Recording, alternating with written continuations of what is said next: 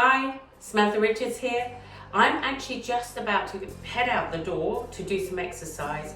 We are still in lockdown here in Melbourne, and I know that part of really good mental health is to stay fit, because I know that I would go bonkers if I didn't do this. But before I go, there's something I wanted to address. Recently I've been holding rooms in Clubhouse, and one that I did was for non-native English speakers to practice speaking with me. The most common question that I'm asked is, how do I change my accent? Or how is my accent? Am I more American? Am I more British or Australian? My answer to that is, don't try. Be yourself. Accents make for wonderful conversations and for pleasant listening. But what is important is the pronunciation in its entirety of those words. Don't break the words off.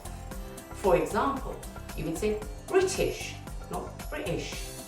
Right, not right. But keeping the accent that you have. Now, if you do that, because we all have our own sound, our own tone that identifies us from other people. Might sound similar, but everybody is unique in their tone.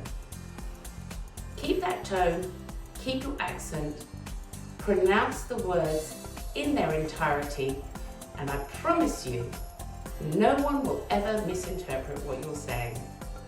Please don't change for anyone else, because you are unique, and on a personal level, I think accents really make people stand out.